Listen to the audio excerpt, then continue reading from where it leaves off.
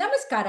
ಆಹಾರ, ಆರೋಗ್ಯ, ಆಧ್ಯಾತ್ಮ ಈ ಸಂಸ್ಕಾರದ ಬೆಳಕಿಗೆ ತಮ್ಮೆಲ್ಲರಿಗೂ ಸ್ವಾಗತ, ಸುಸ್ವಾಗತ. ಇವತ್ತು ನಮ್ಮೊಂದಿಗೆ ಅತ್ಯಂತ ವಿಶೇಷವಾದಂಥ ಒಬ್ಬ ವ್ಯಕ್ತಿ ಇದ್ದಾರೆ. ವ್ಯಕ್ತಿ ಅನ್ನೋಕ್ಕಿಂತಲೂ ಶಕ್ತಿ. ಅವರು ಹುಟ್ಟಿದ ನವಜಾತ ಶಿಶುಗಳಿಗೆ ಜೀವ ಉಳಿಸುವಂಥ ತಮ್ಮ ಪ್ರಯತ್ನವನ್ನು ಮಾಡುವಂಥ ಶಕ್ತಿ ಅವರು. ಅವ್ರು ಯಾರು ಅಂತಂದರೆ ಡಾಕ್ಟರ್ ಪ್ರವೀಣ್ ವೆಂಕಟಗಿರಿ ಅವರು. ಅವರು ಇಂಗ್ಲೆಂಡ್ನಲ್ಲಿ MRCP, FRCP ತಗೊಂಡು ಈ ನ್ಯೂನೆಟಾಲಜಿಯನ್ನು ತಮ್ಮ ಅತ್ಯಂತ ಒಂದು ಪ್ರೀತಿಯ ವಿಷಯವಾಗಿ ತಗೊಂಡು ಇವತ್ತು ಅವರು ಚಿನ್ಮಯ ಮಿಷನ್ ಹಾಸ್ಪಿಟ್ಲಲ್ಲಿ ಹೆಡ್ ಆಫ್ ದ ಡಿಪಾರ್ಟ್ಮೆಂಟ್ ಆಗಿ ಕೆಲಸ ಮಾಡ್ತಾ ಇದ್ದಾರೆ. ನಮಸ್ಕಾರ ಪ್ರವೀಣ್ ಅವರೇ, ಸ್ವಾಗತ ತಮಗೆ. ನಮಸ್ಕಾರ. ನಮಸ್ಕಾರ ಮೇಡಮ್. ಒಂದು ಕಾಲಕ್ಕೆ ಗರ್ಭಿಣಿ ಆಗೋದು ಅಂತಂದ್ರೆ ಒಂದು ಬಹಳ ದೊಡ್ಡ ವಿಶೇಷ. ಎಲ್ಲರೂ ಸಂಭ್ರಮ ಪಡ್ತಾ ಇದ್ರು. ಒಂದು ಮಗು ಹುಟ್ಟು ಅಂದ್ರೆ ಕೇಂದ್ರ ಬಿಂದು.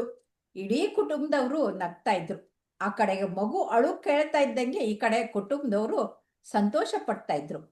ಆದ್ರೆ ಗರ್ಭದಿಂದ ಹಿಡ್ಕೊಂಡು ಆ ಮಗು ಹುಟ್ಟಿ ಅಳೋವರೆಗೂ ಆತಂಕ ಬೇಕಾದಷ್ಟು ಇರ್ತಾ ಇತ್ತು. ಅದು ವೈದ್ಯರಿಗೂ ಇರುತ್ತೆ, ಆಮೇಲೆ ತಂದೆ ತಾಯಿಗಳಿಗೂ ಇರುತ್ತೆ. ಅದರಲ್ಲೂ ತಾಯಿಗೆ ತನ್ನ ಮಗು ಹೇಗೆ ಬೆಳೀತಾ ಇದೆ ಏನು ಅಂತ. ಈಗೇನು ಅಲ್ಟ್ರಾಸೌಂಡ್ ಬಂದಿದೆ, ಎಲ್ಲ ನಾವು ಅದನ್ನ ನೋಡ್ಕೊಳ್ತೀವಿ, ಎಲ್ಲ ಮಾಡ್ತೀವಿ. ಏನಾದರೂ ನ್ಯೂನತೆ ಇದ್ರೆ ಅದು ಬೇಡ ಅಂತೀವಿ, ಅಥವಾ ಅದಕ್ಕೆ ಚಿಕಿತ್ಸೆಗೆ ತಯಾರಿ ಮಾಡ್ತೀವಿ. ಆದರೆ ತಾಯಂದ್ರಿಗೆ, ಪೋಷಕರಿಗೆ ತಾವು ಏನು ಹೇಳಕ್ ಬಯಸ್ತೀರಿ? ಅಲ್ಲ, ನೀವು ಹೇಳಿದಾಗ ಇದಕ್ಕೆ ಮುಂಚೆ ಡೆಲಿವರಿ, ಪ್ರೆಗ್ನೆನ್ಸಿ ಅಂದರೆ ಟೆನ್ಷನ್ ಜಾಸ್ತಿ ಇರ್ತಾ ಇತ್ತು, ಪ್ರಾಬ್ಲಮ್ಸು ಜಾಸ್ತಿ ಇರ್ತಾ ಇತ್ತು. ಬಟ್ ಏನಂದ್ರೆ 8 ಇಲ್ಲ 10 ಮಕ್ಕಳು ಇರ್ತಾ ಇದ್ರು ಮನೆಯಲ್ಲಿ. ಸೊ ಪ್ರೆಗ್ನೆನ್ಸೀಸು ಜಾಸ್ತಿ ಇರ್ತಾ ಇತ್ತು. ಈಗ ಪ್ರೆಷಸ್ ಪ್ರೆಗ್ನೆನ್ಸಿ ಅಂತ ಹೇಳ್ತೀವಿ.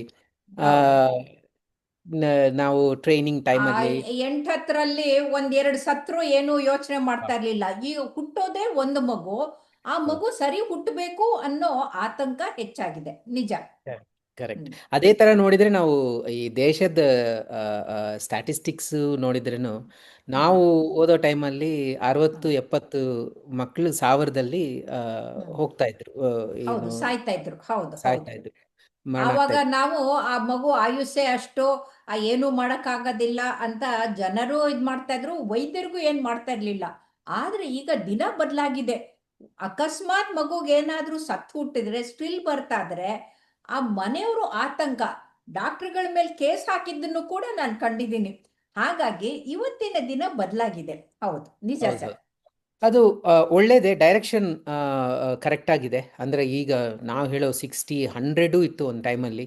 ಈಗ ಅದು 12-13ಗೆ ಬಂದಿದೆ. ಪ್ರಯತ್ನ 10ರಿಂದ ಕಡಿಮೆ ಆಗಬೇಕು ಅಂತ ಮಾಡ್ತಾ ಇದ್ದಾರೆ. ಗೌರ್ಮೆಂಟು ತುಂಬಾನೇ ಪ್ರಯತ್ನ ಮಾಡ್ತಾ ಇದೆ. ಇಂಡಿವಿಜುವಲ್ ಡಾಕ್ಟರ್ಸು ಈಗ ಫಾಲೋ ಅಪ್ ಚೆನ್ನಾಗಿ ಆಗೋದ್ರಿಂದ ಅದನ್ನು ಇಂಪ್ರೂವ್ ಆಗಿದೆ. ಇದು ಒಂದು ಸೊಸೈಟಿ ಲೆವೆಲ್ ಅಲ್ಲಿ ಮಾತಾಡಿದ್ರೆ ಅದು. ಬಟ್ ಇಂಡಿವಿಜುವಲ್ ಆಗಿ ನಮ್ಮ ತರ ಇರೋ ಎಲ್ಲರೂ ನೋಡ್ಕೊಂಡ್ರೆ ಪ್ರತಿಯೊಂದು ಪ್ರೆಗ್ನೆನ್ಸಿ ಪ್ರೆಷಸ್ಸು ಪ್ರತಿಯೊಬ್ಬರನ್ನ ಚೆನ್ನಾಗಿ ಡೆಲಿವರಿ ಮಾಡಿಕೊಂಡು ಆಮೇಲೆ ಬೆಳವಣಿಗೆ ಚೆನ್ನಾಗಾಗಬೇಕು ಅಂತಾನೆ ಇರತ್ತೆ. ಅದಕ್ಕೆ ನಿಮ್ಮ ರೋಲು, ನಮ್ಮ ರೋಲು, ಮತ್ತೆ ಆಬ್ಸ್ಟಿಷನ್ ರೋಲು, ಯಾವುದೇ ಆಕ್ಷನ್ಸ್ ನಾವು ಬಿಫೋರ್ ಡೆಲಿವರಿ ಮಾಡ್ತೀವೋ, ಇನ್ಫ್ಯಾಕ್ಟ್ ಪ್ರಯರ್ ಟು ಪ್ರೆಗ್ನೆನ್ಸಿ ಟೈಮಲ್ಲೇ ಒಳ್ಳೆ ಆಕ್ಷನ್ಸ್ ತಗೊಂಡ್ರೆ ಅದು ನಮ್ಗೆ ರಿಸಲ್ಟ್ ಚೆನ್ನಾಗಿರತ್ತೆ ಅಂತ ಹೇಳ್ಬಿಟ್ಟು. ಹೌದು, ನೀವು ಹೇಳಿದ್ದು ನಿಜ. ಯಾಕಂತಂದ್ರೆ ಆ ತಾಯಿ ಮೊದಲು 3 ತಿಂಗಳು ಗರ್ಭಿಣಿ ಆದಾಗ ಪ್ರಿಕಾಷನ್ಸ್ ತಗೊಳ್ದೇ ಇದ್ರೆ, ಆವಾಗ ಬೇಡವಾದಂತ ಔಷಧಿ ಸೇವನೆ ಮಾಡಿ ದುರಭ್ಯಾಸ ತುತ್ತಾದ್ರೆ ಆ ಮಗುವಿಗೆ ತೊಂದರೆ ಆಗತ್ತೆ. ಸೊ ಅದು ಕೂಡ ಬಹಳ ಮುಖ್ಯ ಆಗತ್ತೆ. ಅದಲ್ಲದೆ ಡೆಲಿವರಿ ಮೊದಲು ಇನ್ಫೆಕ್ಷನ್ ಬರಬಾರ್ಗೆ ಎಲ್ಲವನ್ನೂ ನೋಡ್ಕೊಳ್ಬೇಕಾಗತ್ತೆ. ಅದು ಕೂಡ ಈ ಸೋಂಕು ಕಾಯಿಲೆಗಳು ಬಂದ್ಬಿಟ್ರೆ ಮಗುವಿಗೆ, ತಾಯಿಗೆ ಇಬ್ಬರಿಗೂ ತೊಂದರೆ ಆಗಿ ಹೋಗ್ಬಿಡುತ್ತೆ. ಆವಾಗ ವೈದ್ಯರ ಇದು ಹೆಚ್ಚಾಗತ್ತೆ. ಯಾಕಂದ್ರೆ ಹುಟ್ಟಿದ ಮಗುಗೆ ಸೆಪ್ಸಿಸ್ ಆಗತ್ತೆ, ಅದಕ್ಕೆ ಉಳಿಸೋದು ಕಷ್ಟ ಆಗತ್ತೆ. ನೀವು ಹೇಳಿದ್ದು ಸತ್ಯ ಸರ್. ಹೌದು, ಕರೆಕ್ಟ್. ಸೊ ಪ್ರೆಗ್ನೆನ್ಸಿ ಅನ್ನೋದು ನ್ಯಾಚುರಲ್, ಸಾಧಾರಣ. ಆದ್ರೆ ಅದರಲ್ಲಿ ನಮ್ಗೆ ಎಲ್ಲಾನು ಕರೆಕ್ಟ್ ಆಗ್ಬೇಕು ಅಂತಂದ್ರೆ ಮಾತ್ರ ರೆಗ್ಯುಲರ್ ಚೆಕಪ್ಸ್ ಮಾಡ್ಕೋಬೇಕಾಗತ್ತೆ, ಕರೆಕ್ಟ್ ಆಕ್ಷನ್ಸ್ ತಗೋಬೇಕಾಗತ್ತೆ. ನೀವು ಹೇಳಿತರ ಸ್ಕ್ಯಾನ್ಸು, ಇದರಲ್ಲಿ ಒಂದು ಮಾತು ಹೇಳಬೇಕು ಅಂತ ಇಷ್ಟಪಡ್ತೇನೆ ನಾನು. ಏನಂದ್ರೆ ಸ್ಕ್ಯಾನ್ಸ್ ಮಾಡಿಸ್ಬಿಟ್ಟಿನಿ ಎಲ್ಲಾನು ಸರಿಯಾಗಿದೆ ಅಂದ್ರೆ ಪ್ರಾಬ್ಲಮೇ ಬರಲ್ಲ ಅಂತ ಅನ್ಕೊಳ್ತಾರೆ. ಆಗೋದಿಲ್ಲ, ಅದು ಸರಿಯಲ್ಲ. ಅದು ಇನ್ಫಾರ್ಮೇಶನ್ ಒಂದು ಅಂದ್ರೆ ಟೆಕ್ನಾಲಜಿ ಅನ್ನೋದು ಕಂಟಿನ್ಯೂಸ್ ಆಗಿ ಇಂಪ್ರೂವ್ ಆಗ್ತಾನೆ ಇರುತ್ತೆ, ಮೆಡಿಕಲ್ ಸೈನ್ಸು ಹೌದು ಇಂಪ್ರೂವ್ ಹೌದು. ಆಗ್ತಾನೆ ಇರುತ್ತೆ. ಬಟ್ ಹ್ಮ್. ಯಾವುದೇ ಆಗಲಿ ಗ್ಯಾರಂಟಿ ಅಲ್ಲ. ಅಂದ್ರೆ ಹೌದು. ಕೆಲವೆಲ್ಲ ಪ್ರಾಬ್ಲಮ್ಸ್ ಗೊತ್ತಾಗತ್ತೆ. ಈಗ ಅವರು ತಿಳ್ಕೊಬೇಕಾಗಿದ್ದು ತಾಯಿ ಹೊರಗಡೆಯಿಂದ ಹ್ಮ್. ಒಳಗ ಮಾಂಸ ಇದರಲ್ಲಿ ಒಳಗ ನೋಡ್ಬಿಟ್ಟು ಮತ್ತೆ ನೀರು ಇದೆಲ್ಲಾನು ಇರುತ್ತೆ, ಒಳಗ ಮಗು ಇಷ್ಟೇ ಮಗು ಇರುತ್ತೆ, ಇರುತ್ತೆ. ಚಿಕ್ಕ ಹೌದು ಮಗು. ಹೌದು ಹೌದು ಹೌದು. ಅದರಲ್ಲಿ ನಿಮ್ಗೆ ಅವಯವ ಎಲ್ಲ ಹೇಗಿದೆ ಅಂತ ಅನ್ನೋದು ಸ್ಕ್ಯಾನ್ಸ್ ಅಲ್ಲಿ ನೋಡ್ತಾರೆ. ಹ, ಸೊ ಹೌದು. ಅದರಲ್ಲಿ ನಾರ್ಮಲ್ ಇರೋದು ಒಳ್ಳೇದು. ಹ್ಮ್. ಬಟ್ ಅದು ನಾರ್ಮಲ್ ಇದೆ ಅಂತ ಹೇಳ್ಬಿಟ್ಟು ಏನು ಮತ್ತೆ ಕೇರ್ ತಗೊಳಾಗಿದ್ರೆ ರಿಸ್ಕ್ ಆಗ್ಬಿಡುತ್ತೆ. ಆಗತ್ತೆ. ಹೌದು ಹೌದು ಸೊ ಹೌದು ಅದೊಂದು ಹೌದು. ನೆನ್ಪಿಟ್ಕೋಬೇಕು. ಹ್ಮ್. ಇನ್ನೊಂದು ನೀವು ಹೇಳಿದ ಥರ ವ್ಯಾಕ್ಸಿನೇಷನ್ಸು, ಇಂಜೆಕ್ಷನ್ಸ್ ಬೇರೆಯನ್ನ ಹ್ಮ್. ಡಾಕ್ಟರ್ ಪ್ರಿಸ್ಕ್ರೈಬ್ ಮಾಡಿದ ಅದು ಖಂಡಿತ ತಗೋಬೇಕು. ಸಿಂಪಲ್ ವಿಟಮಿನ್ಸ್ ಯಾವುದಾದ್ರೆ ಪ್ರಿಸ್ಕ್ರೈಬ್ ಮಾಡ್ತಾರೋ ಡಾಕ್ಟರ್ ಅದರಲ್ಲೂ ಅದನ್ನು ಫೋಲಿಕ್ ಆಸಿಡ್ ತಗೋಬೇಕಾಗುತ್ತೆ. ತಗೊಳ್ಳೋದು ಬಹಳ ಮುಖ್ಯ ಆಗುತ್ತೆ. ಗರ್ಭಿಣಿ ಇದ್ದಾಗ ಫೋಲಿಕ್ ಆಸಿಡ್ ತಗೊಂಡ್ರೆ ನ್ಯೂಕಲ್ ಡಿಸಾರ್ಡರ್ಸು ಮತ್ತೆ ಈ ಹಾರ್ಟ್ ಟ್ರಬಲ್ಗಳು ಕೂಡ ಕಡಿಮೆ ಆಗತ್ತೆ ಅಂತ ಗೊತ್ತಾಗಿರೋದ್ರಿಂದ ಅದು ಕೂಡ ಬಹಳ ಮುಖ್ಯ ಆಗತ್ತೆ. ನಿಜ ಸರ್. ಹೌದು. Correct correct. ಮತ್ತೆ ಬೇಸಿಕ್ ಅಡ್ವೈಸ್ ಯಾರೇ ಕೊಡೋದೇನು, ಡಯಟ್ ಸರಿಯಾಗಿರಬೇಕು, ಹ್ಮ್. ಒಂದು ಆಕ್ಟಿವಿಟಿ ಅನ್ನೋದು ಮಾಡಬೇಕಾಗತ್ತೆ. ಇವೆರಡು ಜನರಲ್ ಅಡ್ವೈಸ್ ಪ್ರೆಗ್ನೆನ್ಸಿ. ಆಮೇಲೆ ಚಿಂತೆ ಸ್ಟ್ರೆಸ್ ಅನ್ನ ಬಿಟ್ಕೊಂಡು ಆರಾಮಾಗಿ ಸಂತೋಷವಾಗಿ ನಗನಗತಾ ಇರ್ಬೇಕು ಅಂತ ನಾವೆಲ್ಲರೂ ಇಷ್ಟಪಡ್ತೀವಿ. ಹೌದು. Correct correct. ಇದೆಲ್ಲ ಒಂದು ಬೇಸಿಕ್ ಪ್ರಿಪರೇಷನ್ ಮಾಡಿಕೊಂಡು ರೆಗ್ಯುಲರ್ ಹ್ಮ್. ಚೆಕಪ್ಸು ಮಾಡ್ಕೊಳ್ತಾ ಹ್ಮ್. ಇದ್ರೆ ನಾವು we are coming to the ನಮ್ಮ ರೋಲು, ಅಂದರೆ ಒಂದು hmm. Hmm. Neonatal hmm. Hmm. Hmm. Pediatrician role at the time ಹುಟ್ಟಿದ್ಮೇಲೆ. Of the delivery hmm. Or hmm. Immediately after the delivery ಅಂತ ಅನ್ನೋದು delivery. ಇರುತ್ತೆ. ಹೌದು. ಒಂದು ಪರಿಸ್ಥಿತಿಯಲ್ಲಿ it is better to consult a neonatologist. ಅಂದರೆ ಹ್ಮ್. ಹ್ಮ್. ಈ ನವಜಾತ ಶಿಶು ತಜ್ಞರನ್ನ ಮುಂಚೆನೆ ಭೇಟಿ ಆಗಬೇಕಾಗತ್ತೆ. ಹೌದು. ಯಾವಾಗಾದ್ರೆ ಪ್ರೀಟರ್ಮ್ ರಿಸ್ಕ್ ಇದೆ ಅಥವಾ ಹಾ. ಏನು ಅನಾಮಲಿ ಏನನ್ನ ಇದೆ, ಈ ಥರ ಹ್ಮ್. ಏನನ್ನ ಒಂದು ಇನ್ಫಾರ್ಮೇಶನ್ ಇದ್ದರೆ ಓ. ಖಂಡಿತ ಆಬ್ಸ್ಟ್ರಿಷನ್ನು ನಿಯೋನೆಟಾಲಜಿಸ್ಟು ಒಟ್ಟಿಗೆ ಪೇರೆಂಟ್ಸ್ನ ಮೀಟ್ ಆದರೆ ಬೆಟರ್ ಅಂದ್ರೆ ಆಗುತ್ತೆ. ಟೀಮ್ ವರ್ಕ್ ಆಗಿ ಕೆಲಸ ಮಾಡ್ಬೇಕಾಗತ್ತೆ. ಪೇರೆಂಟ್ಸು ಮತ್ತೆ ನ್ಯೂನೆಟಾಲಜಿಸ್ಟು ಮತ್ತೆ ಹೆರಿಗೆ ತಜ್ಞರು 3 ಜನ ಸೇರ್ಕೊಂಡು ಒಂದು ಟೀಮ್ ಆಗಿ ಆ ಮಗುವಿನ ಉಳಿಸಕ್ಕೆ ಕೆಲಸ ಮಾಡ್ಬೇಕಾಗತ್ತೆ. ಹಾಗಾಗಿ ಆ, ಯಾವ್ಯಾವ ರಿಸ್ಕ್ ಇದ್ದಾಗ ನೀವು ಆ ಟೀಮ್ ವರ್ಕ್ ಬರುತ್ತೆ ಸರ್? ಕರೆಕ್ಟ್. ಸೊ ರಿಸ್ಕ್ ಅನ್ನೋದು ಕೆಲವು ಸಲ ಆದರೆ ಹೇಳೋದೇ ಕಷ್ಟ ಆಗುತ್ತೆ. ಎಲ್ಲಾನು ನಾರ್ಮಲ್ ಆಗಿದ್ಬಿಟ್ಟು ಹ್ಮ್. ಪ್ರಾಬ್ಲಮ್ ಬಂದಿರೋ ಮಕ್ಕಳಿಗೆ NICU ಬೇಕಾಗತ್ತೆ. ಸೊ ಹ್ಮ್. ಯಾವುದು ಗೊತ್ತಾಗಿರೋದಂದ್ರೆ ಒಂದು ಹ್ಮ್. ಪ್ರೀಟರ್ಮ್ ಹ್ಮ್. ರಿಸ್ಕ್, ಅಂದರೆ ತಿಂಗಳು ತುಂಬಕ್ಕೆ ಮುಂಚೆನೆ ಹೆರಿಗೆ ಡೆಲಿವರಿ ಆದ್ರೆ ಆಗೋ ಚಾನ್ಸ್ ಇದೆ, ಹೆರಿಗೆ ಆಗೋ ಚಾನ್ಸ್ ಇದೆ ಅಂತ ಅನ್ನೋದು.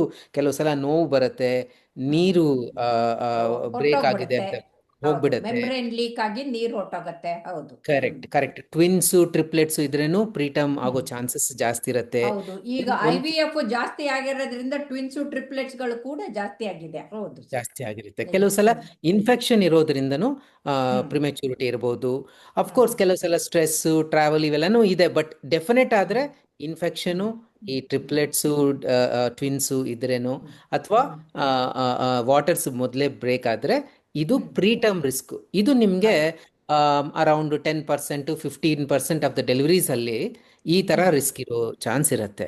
ಅವರು ಹೌದು. ಮುಂಚೆನೇ ಅವ್ರ ಡಾಕ್ಟರ್ ಹತ್ರ ಮಾತಾಡಿಕೊಂಡು ಆ ಹ್ಮ್. ಎಲ್ಲಾದ್ರೆ ಹೆರಿಗಾಗತ್ತೋ ಅಲ್ಲಿ ಹ್ಮ್. NICU ಇದೆಯಾ, ಯಾವ ಹ್ಮ್. ಲೆವೆಲ್ ಇದೆ, ಅಲ್ಲಿ ಹ್ಮ್. ಏನು ಫೆಸಿಲಿಟಿ ಇದೆ, ಇವೆಲ್ಲನೂ ಹ್ಮ್. ನೋಡ್ಕೊಳ್ಳೋದು ಇಂಪಾರ್ಟೆಂಟ್. ಬಹಳ ಇಲ್ಲಿ ಮುಖ್ಯ. ಒಂದು ಹೌದು. ಇಂಪಾರ್ಟೆಂಟ್ ಪಾಯಿಂಟ್ ನಾನೇನು ಹೇಳ್ತೀನಂದ್ರೆ, ನಾವು as A hmm. Human being we want B optimistic. Especially ನಮ್ಮ ಸೊಸೈಟಿಯಲ್ಲಿ ಹೇಗಂದ್ರೆ ಹ್ಮ್. ಕೆಟ್ಟದೇನ ಯೋಚನೆ ಮಾಡೋದು ಯೋಚನೆ ಕೆಟ್ಟದಾಗುತ್ತೇನೋ ಅಂತ ಮಾಡಬಾರ್ದು ಅಂತ. ಹೇಳ್ಬಿಟ್ಟು ಹೌದು ಹೌದು. ಮಾಡಬಾರ್ದು ಅಂತ ಹೇಳ್ಬಿಟ್ಟು ಆಲೋಚನೆ ಮಾಡ್ತೀವಿ.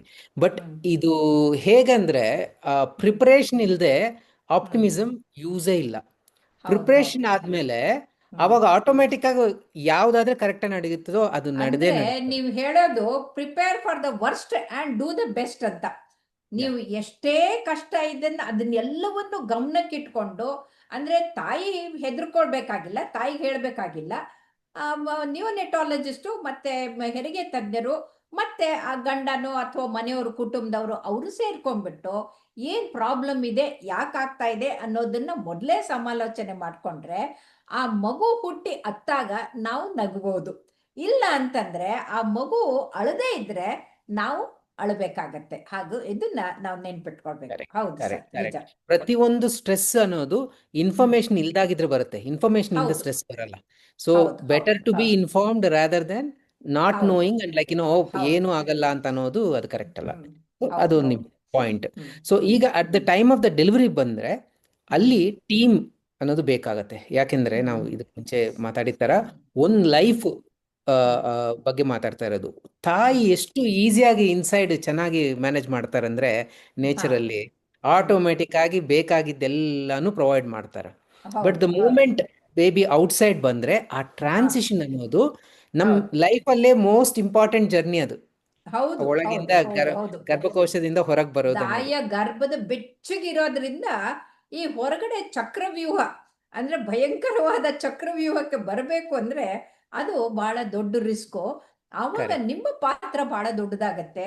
ಯಾಕಂತಂದ್ರೆ ಅದು ಹುಟ್ಟಿ ಅಂಬಿಲಿಕಲ್ ಕಾರ್ಡ್ ಕತ್ತರಿಸಿ ಆ ಮಗು ಅತ್ತು ಅದಕ್ಕೆ ತನ್ನದೇ ಹಾರ್ಟ್ ಸರ್ಕ್ಯುಲೇಷನ್ ಶುರುವಾಗಿ ಅದು ಸರಿ ಆಗೋವರೆಗೂ ಕೂಡ, ಉಸಿರಾಟ ಸರಿ ಆಗೋವರೆಗೂ ನಾವು ನಿರಾಳಾಗಕ್ಕಾಗೋದಿಲ್ಲ. ಯಾಕಂತಂದ್ರೆ ಇದು ಬಹಳ ಮುಖ್ಯ ಆಗತ್ತೆ. ಹೇಳಿ ಸರ್. Correct correct. ಸೊ ಇದೇ ಸೆಕೆಂಡ್ ಇಶ್ಯೂ. ನಾವು ಫಸ್ಟ್ ಪ್ರೀಟರ್ಮ್ ಹೇಳಿದ್ವಿ, ಇಲ್ಲಿ ಇದರಲ್ಲಿ ಈ ಹ್ಮ್ ಟ್ರಾನ್ಸಿಷನ್ ಯಾವುದಾದ್ರೆ ಆಗುತ್ತೋ, ಹ್ಮ್ ತಾಯಿಯಿಂದ ಹೊರಗೆ ಬಂದು ಪ್ರಪಂಚದಲ್ಲಿ ಈ ಅಳೋದು ಚೆನ್ನಾಗಿ ಅಳಬೇಕು. ಯಾವುದೇ ಹೌದು ಮಗು ಹೌದು ಅಳ್ತಾ ಇಲ್ಲ ಅಂದರೆ ಅಳೋದು ಯಾಕೆ? ಗಾಳಿ ಹ್ಮ್ ಚೆನ್ನಾಗಿ ಒಳಗೆ ತಗೊಂಡ್ರೆ ಒಳಗಡೆ ಲಂಗ್ಸ್ ಬರಬೇಕು. ಅಲ್ಲಿರೋ ನೀರೆಲ್ಲ ಕ್ಲಿಯರ್ ಆಗಿಬಿಟ್ಟು ಹೌದು ಆಕ್ಸಿಜನ್ ಮೈಯಲ್ಲಿ ಹೋಗುತ್ತೆ. ಹೌದು ನಮ್ಗೆಲ್ಲರಿಗೂ ಗೊತ್ತು ಹೌದು ಆಕ್ಸಿಜನ್ ಹೌದು ತುಂಬಾ ಇಂಪಾರ್ಟೆಂಟ್ ಅಂತ ಹೇಳ್ಬಿಟ್ಟು. ಹೌದು ಹೌದು ಸೊ ಆ ಆಕ್ಸಿಜನ್ ಈ ತರ ಎಸ್ಟಾಬ್ಲಿಷ್ ಆಗದಾಗಿದ್ರೆ ಇಮ್ಮಿಡಿಯೇಟ್ ಆಗಿ ಮತ್ತೆ ಲಾಂಗ್ ಟರ್ಮ್ ಅಲ್ಲಿನೂ ತುಂಬಾನೇ ಪ್ರಾಬ್ಲಮ್ಸ್ ಬರುತ್ತೆ. ಹೌದು ಸರ್. ಯಾಕಂತಂದ್ರೆ ಯಾವಾಗ ಆ ಮಗು ಅಳೋದಿಲ್ವೋ, ಶ್ವಾಸಕೋಶ ಹಿಗ್ಗೋದಿಲ್ವೋ, ಆವಾಗ ಲಂಗ್ ಪ್ರೆಷರ್ಸು ಜಾಸ್ತಿ ಆಗೋಗ್ಬಿಡುತ್ತೆ. ಆಮೇಲೆ ಮಗು ನೀಲಿ ಆಗ್ಬೋದು, ಬ್ಲೂ ಬೇಬಿ ಆಗಿ ಕೂಡ ಹುಟ್ಟಬಹುದು. ಆಗ ಹೌದು ಮತ್ತೆ ನಿಮ್ಮ ಪಾತ್ರ ತುಂಬಾ ದೊಡ್ಡದಾಗ್ಬಿಡುತ್ತೆ. ಯಾಕಂದ್ರೆ ಅದನ್ನು ಉಳಿಸ್ಬೇಕಂದ್ರೆ ಬಹಳ ಶ್ರಮ ಪಡ್ಬೇಕಾಗತ್ತೆ ನೀವು.